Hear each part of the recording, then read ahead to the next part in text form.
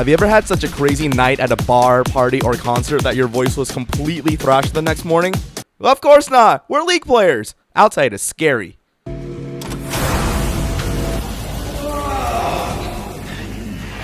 But really, we've all had those occasions when we've lost our voices simply by using them too much. How good is your spice steal? He gets it. CLG keeps the dragon off the table. And a huge tempered fate. Body drop to buy a bit of time. In goes Flares, looks for the back line. While everyone will appreciate your energy and fervor when you give a performance, nobody's gonna like it when you sound like Darth Sidious after a game or two. I'm too weak. When your voice is your major work tool like it is in shoutcasting, proper maintenance and usage are crucial. So, go ahead and do whatever vocal warm-ups you picked up from Glee or Pitch Perfect, because we're back on my road to Shoutcaster. My name is Joshua Piscator Lee. I'm a League of Legends Shoutcaster. In order to become the best Shoutcaster I can be, I'm breaking down the performance of live commentary to its basic components and seeking expert help to polish each part. My ultimate goal is to cast professional competitions, and with that said, I am eager to start my journey. This is my road to Shoutcaster.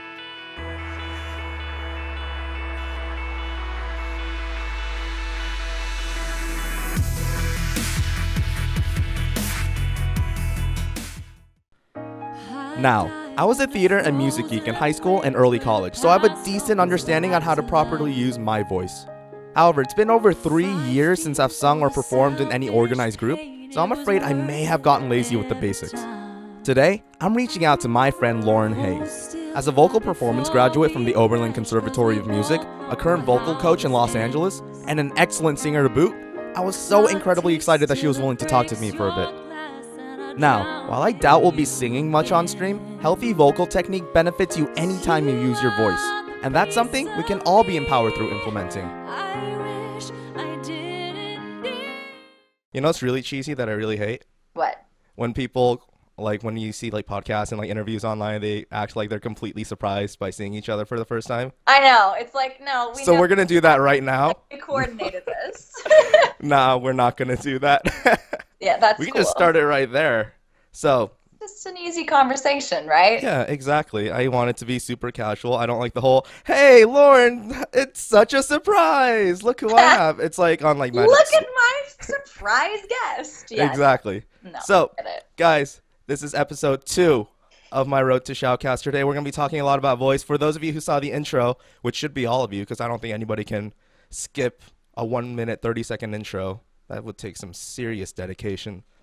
So a lot of you might think, all right, you have this guest on who's a vocal coach who majored in music.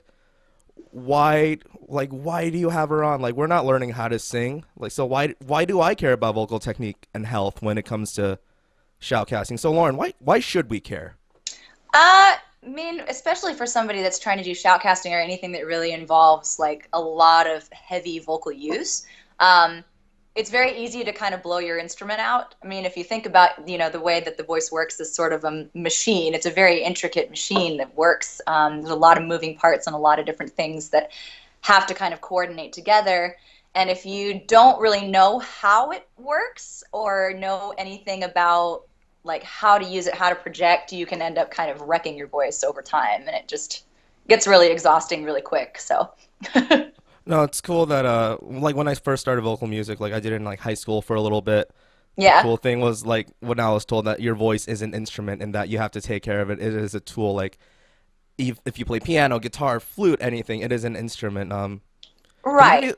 So can you give us like a little breakdown of exactly how the voice works and what mistakes that people make that really ruin it? Sure. Well, I mean, the basic mechanical components that are involved in the singing instrument or like the speaking instrument really are the larynx, which is more commonly known as the voice box, which is that little lump right in the front of the throat. That sits right on top of your airway, which of course leads into the lungs. And the lungs end up powering these two very thin flaps of tissue called the vocal folds or the vocal cords, as they're more commonly known.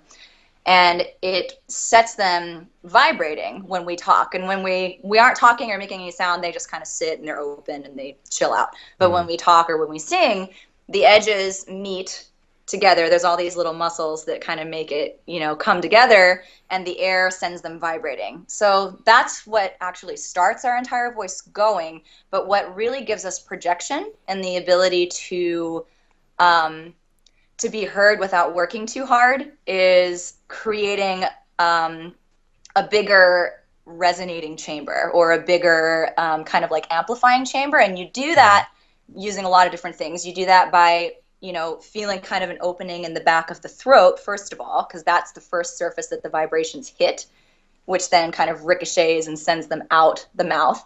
The second place you can open up is, of course, the mouth and the jaw, right? And then there's also the soft palate, which is this sort of squishy tissue that hangs down in the back of the throat.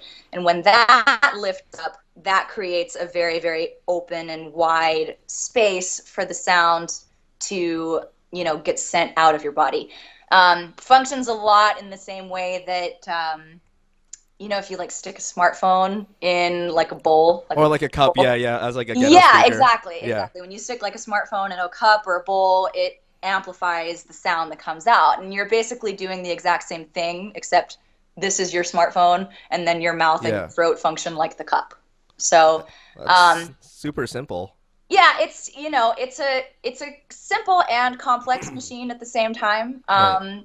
One common mistake that I really see when people are trying to either sing loud or speak loud, or if they're trying to do public speaking or anything like that, is they tend to have this idea that you need to push the sound forward in order. Yeah. So there's this sense of like forcing. The head ends up kind of driving forward, the chin comes up, all of this stuff happens, and the shoulders and neck tighten up and all this stuff. But what that ends up doing, even though that kind of gives you more of a tangible sense for projecting forward, it actually completely wrecks the whole process, because what you'd end up doing is accidentally constricting the very surface that you need to be open so that the vibrations can echo through the body with ease and with efficiency. So yeah, something as simple as posture having such an effect on your voice. I remember in my old vocal lessons, one of the biggest problems I had was posture. Did the whole like the whole ducking thing or the pigeon thing where I like stick on my head. It's like, okay, sing forward. I'm like, okay, and I'll like stick my head forward. It's like, no. Yeah, exactly. Like, I don't know what you're talking about, but I think it was really cool once we started like figuring out the basics of especially when it comes to like open throat technique. Yes. For those of you watching, a way my high school choral director really encouraged open throat and really helped me envision like the raising of my soft palate is like taking a hot bite of French fries and that kind of like feeling that you get. That's a good one. Because instead of going like where your throat is all like tense and closed up, you go like so your throat opens up, and that just naturally creates like a bigger sound. But we hear all the time about like, especially singers nowadays, Julie Andrews was a big one who really like wrecked her voice through singing. Yeah. Like, what happens there? Like, people talk about things like I've heard about vocal nodes all the time. I don't know what they are. They sound terrifying, but that's something that can like easily happen when you're like doing something like shoutcasting, when you're like shouting and projecting for like 8 hours straight. Absolutely. Well, vocal nodes, and any kind of vocal injury usually involves some kind of inflammation of the vocal cords or the vocal folds. Like, they're very thin pieces of muscle tissue, and they're very delicate. They're strong, but they're delicate. And when in the case of Julie Andrews, she would smile and tighten in the jaw area like crazy. There was a lot of tension here that kind of pressed everything and sandwiched everything. And if you try to talk like this the whole time and you're singing like for hours and hours and hours, or if you're talking for hours and hours and hours with like this shape, it gets really exhausting because all of this ends up getting very tense. As far as like, encouraging open throat, there's a lot of different means. The way that your choir director did it is one that my choir director did too a long time ago. But another one that's fun to think of is kind of like getting ready for a yawn, like breathing like you're getting ready for a yawn. Right, exactly. So you feel that soft palate lift, right? You feel that kind of space, and then everything here opens up as well. Sorry, I think I'm getting off topic. Remind me. No, this is perfect. This is exactly what we were aiming for. Just an open conversation about this. I feel like there was another question in there that I didn't answer, but that's okay.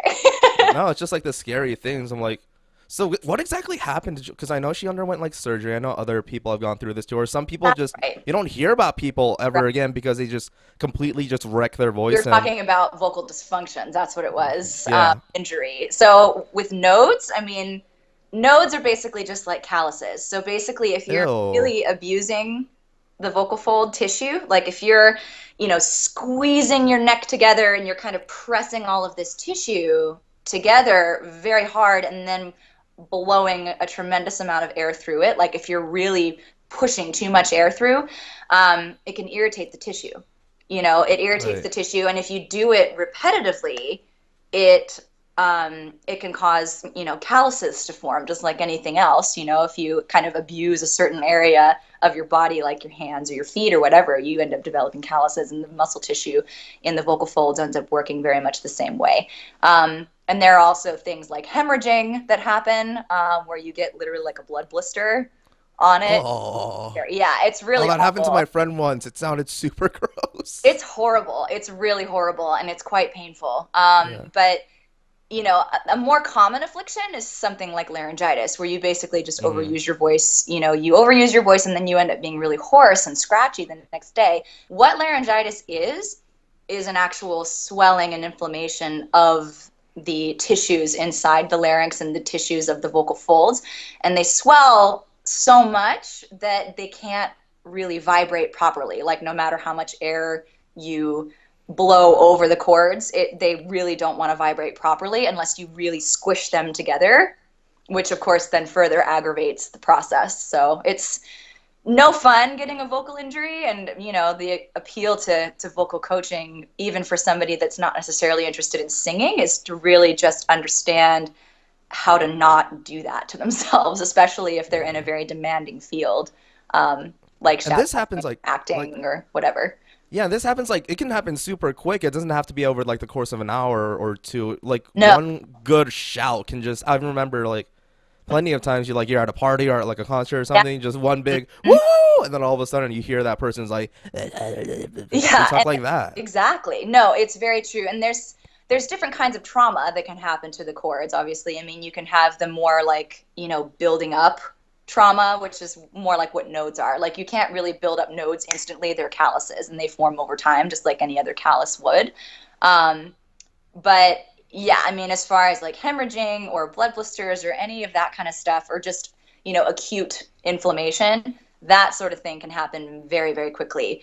And with one big scream that's just done in the Right. wrong way. So, yeah, I mean, I can only imagine how exhausted these people's voices must be when they're trying to do it. So, Oh no, like especially for me, even though I had somewhat of like training, it's been like years, I mentioned in the yeah, intro, since I've done any sort of like organized like choir or singing or vocal sure. coaching. So it's hard to keep I mean the basics are basics for a reason, Hmm. considering that everything more advanced has to sit on top of that solid foundation first, but there are times when after like a few hours of my shoutcasting, I'm like feeling a little bit hoarse. I recognize that I wasn't maybe breathing properly, not like Right. supporting properly, and like warm ups are a big thing too. I feel like people don't even think about in our industry. No, they don't. And you really do have to think about warming up the voice as if you're warming up the body for a really intense workout, because I mean it's Their muscle muscles, tissue. yeah, Yeah, it's muscle tissue. It responds and reacts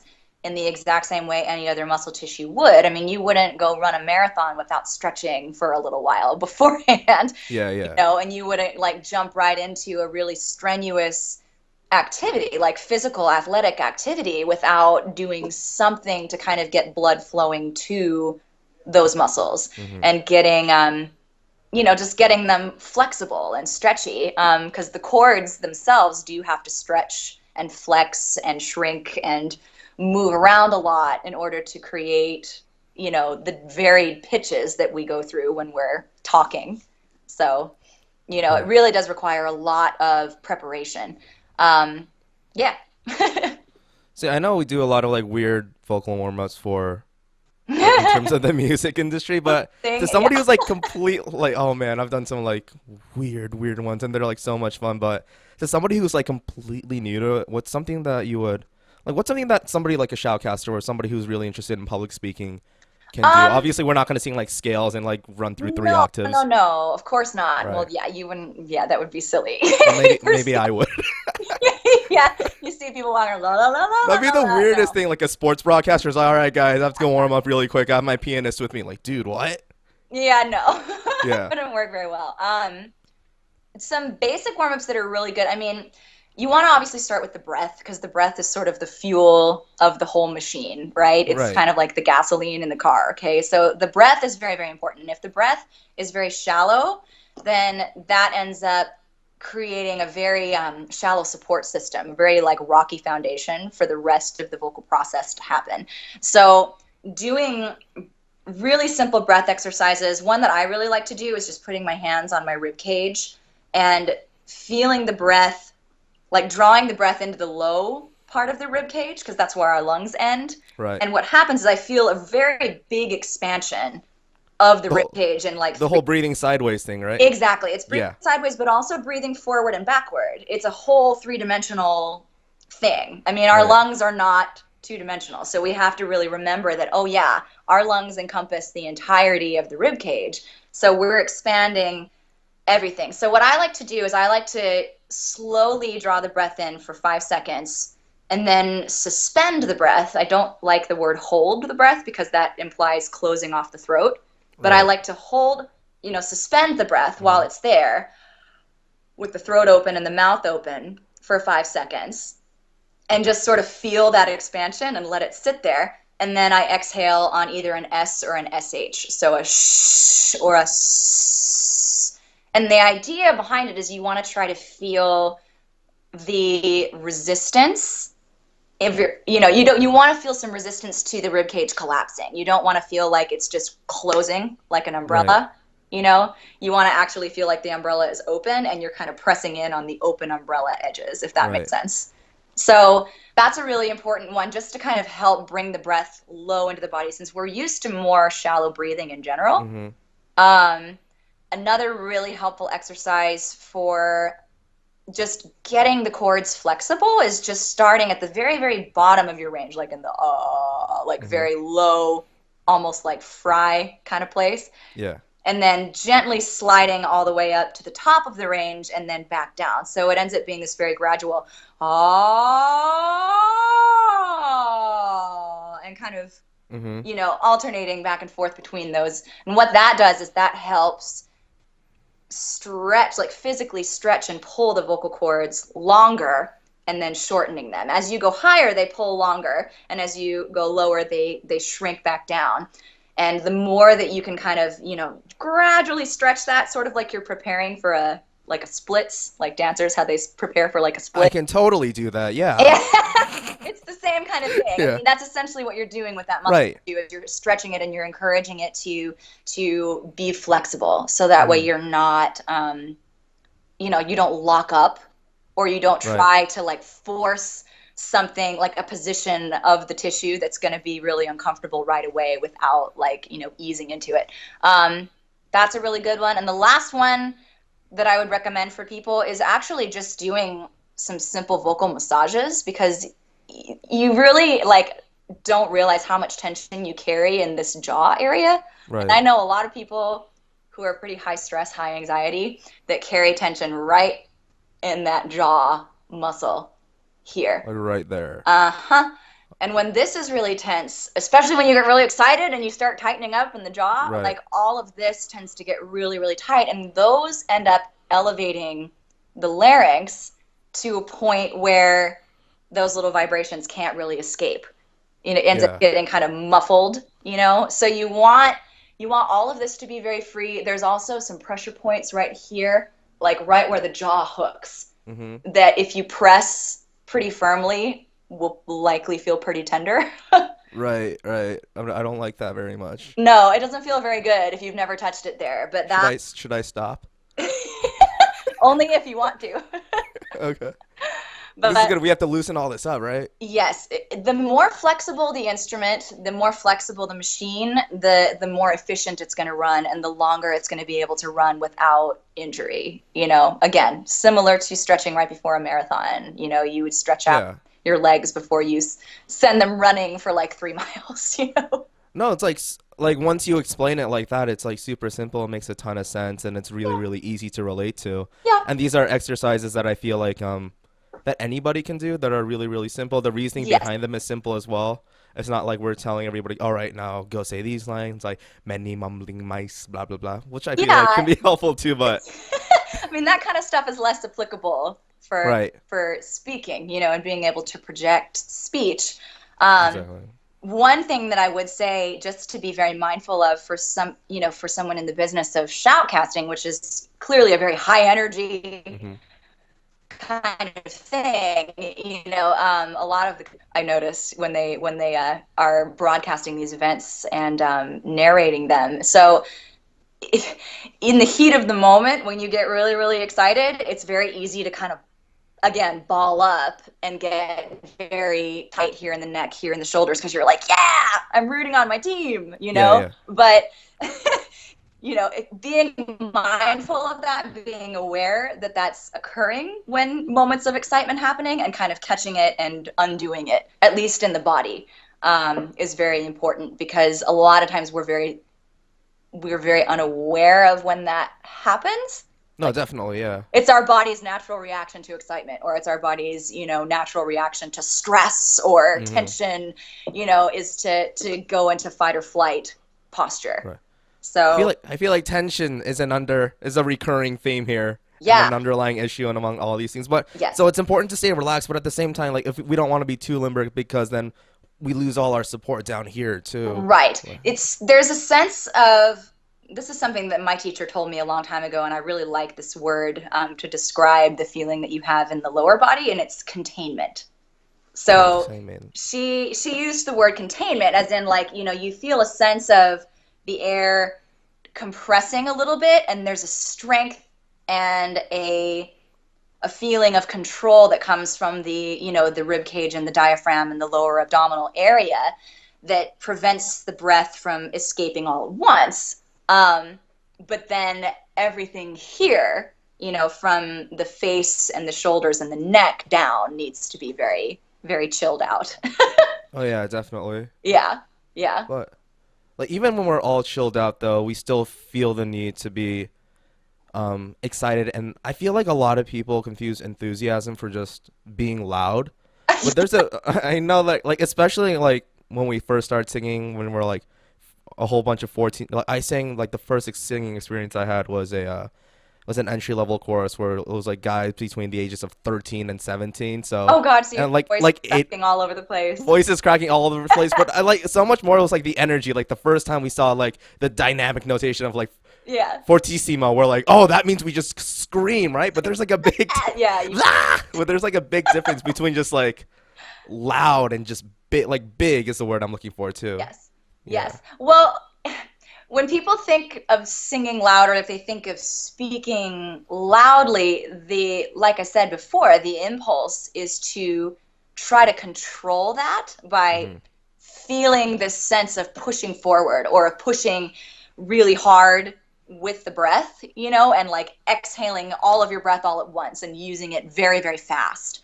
And that gives us more of a sensation that we are creating a loud sound. But really what creates a big sound, what creates a healthy, big, comfortable sound that still projects, has much more to do with the amount of space that the vibrations have to echo around in, as well as the resonance that you kind of put into the voice by allowing all of the air and the vibrations to come to the front of the face, Right. rather than getting stuck way back here somewhere. So it's a fine balance between the two, because you can be loud. Yeah. It's easy to be loud, but it's not. It ends up being a much more what's the word I'm looking for? A much more forced activity than trying to do something where you're just, oh, okay, I'm gonna just get bigger all around inside, and I'm gonna talk in this space instead of talking from here where I'm really like pushing and being loud and excited. Yeah, that like laser like thing. It's like not Yes. pleasant to listen to. I'm sure it's not pleasant to do at all. Right. Well, there's a balance between I mean, there's a thing that singers learn is that there's balance between light and dark. And what that means is that there's a balance between the really forward, pingy nasality of the sound and then the really, really dark, open, cavernous space in the back. Like, you have to find that kind of happy medium between the two to really get a nice balanced sound and a nice comfortable sound. And the more that you feel like both of those things are happening simultaneously, the better. Oh, that is good to hear. So tension is bad. You got to relax, find a balance between sound, all about the cup, if you will. Okay, Lauren, you've given us a lot of good insight on why things are important. But say after this, let's just say I just ignore you completely. I'm like, yeah, I can totally remember. I don't do anything you told me. I'm like super tense. I'm like speaking like this the entire time, getting like super stressed out. Right. And let's just say my voice is shredded. Like tomorrow, I sound like Gollum from Lord of the Rings. Like, what do I do? Because like sometimes you just have to recover like within like 12 hours, 24 hours. But if you sound like this, then it's like, what do you do? In a vocal emergency situation, I mean, holy cow, that was like the loudest motorcycle ever that just drove by. Sorry, got slightly distracted. Yeah. In the case of a vocal emergency like that, where like you have to go back to work the next day and your voice is just shot, I mean, clearly the best thing that you can do if you have the opportunity is to give your voice as much rest as you can. Like, no talking, no whispering. Whispering is actually worse for your voice when it's inflamed than regular speaking is. You know, if you have the opportunity to rest, do it by all means. If you don't and you have to go on, taking some kind of anti-inflammatory is usually a good emergency response, you know, like taking like an Advil or an Aleve or some other anti-inflammatory, because what you want to do is you want to, you know, quell the swelling of the cords. Some people feel like there's a lot of varying opinions. I know for me, when my vocal cords are feeling especially swollen, I like to eat something kind of cold. Like I'll eat a little bit. Okay. I'll like drink like cold juice or I'll suck on an ice cube or something to kind of help the swelling. Of course, then you have to kind of go through the process of warming the voice back up like extra, because your tissue is now very cold, but it helps kind of reduce the swelling a little bit. A lot of people say that, you know, steaming is a really good idea, like turning up the heat, like the hottest water you can in the shower and like breathing very deeply and kind of like helping ease that. Steaming and like hot liquids are generally better if the situation is like you have inflammation because there's a ton of mucus on the vocal folds. Like when you're sick. Yeah, like for people that are hoarse because they've just overused their voices, the biggest thing you want to do is try to tackle the swelling. And, you know, I like to eat honey if my voice is feeling scratchy. Like That's a big one, isn't it? I'll eat little spoonfuls of honey. Sometimes I'll just drink warm water with lemon and honey in it.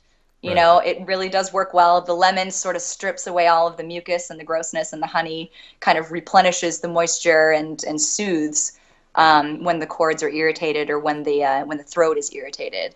Yeah,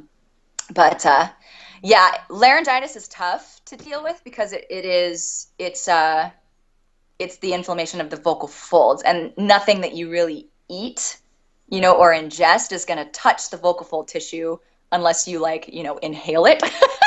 So, should I do that?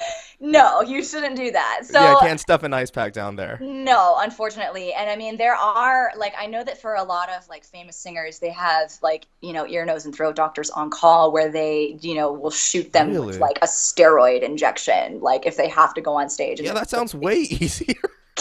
Holy crap. You know, no.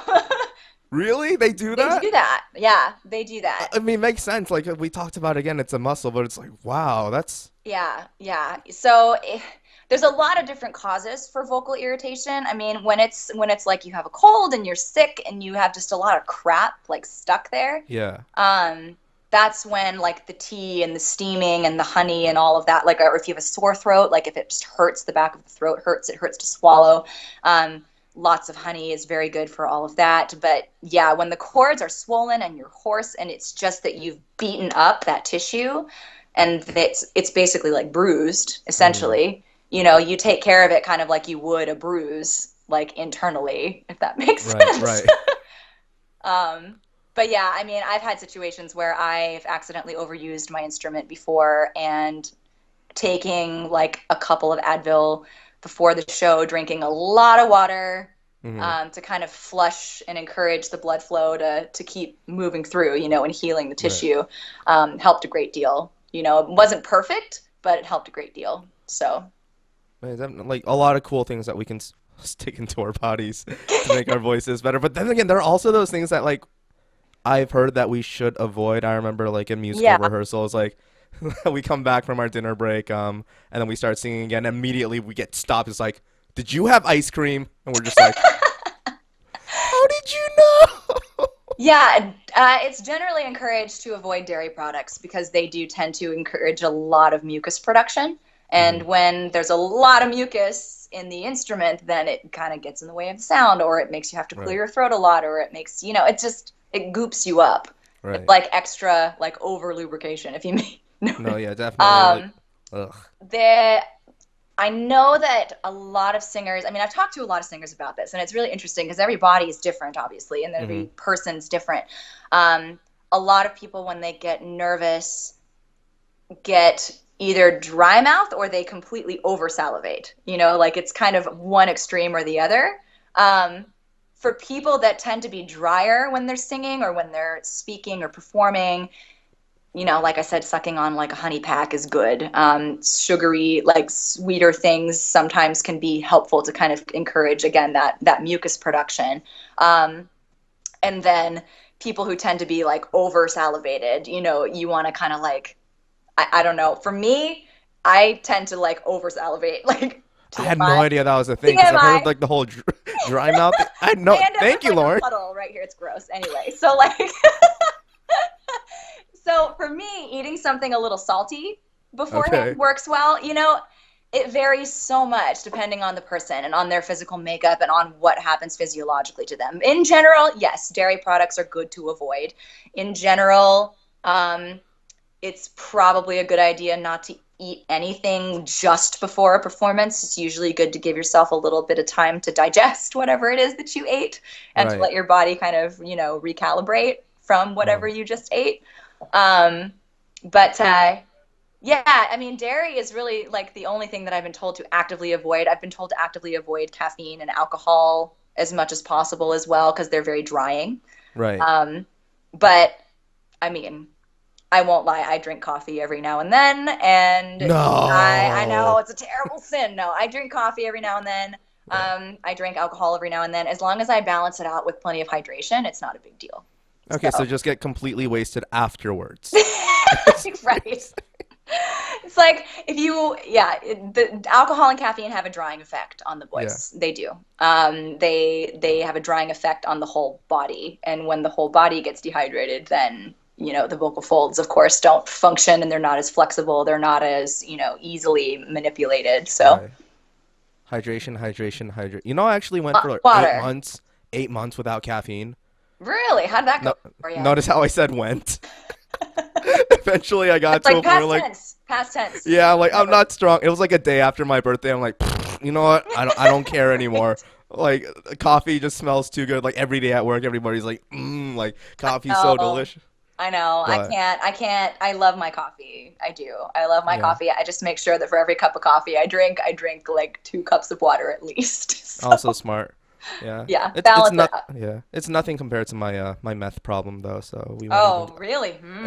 I'm kidding. I That's have. definitely something to avoid if you want your voice to function well. Don't do meth if you want your voice to I be. mean, yeah, smoking in general, will wreck the voice pretty good. So, smoking anything in So general is three rules: no yeah. dairy, no caffeine, It's like no if you're gonna methamphetamine. smoke, don't do it just before you have to shoutcast or sing or perform, That but makes sense. in general, bad news bears. You don't want to do that. So Yeah, for sure.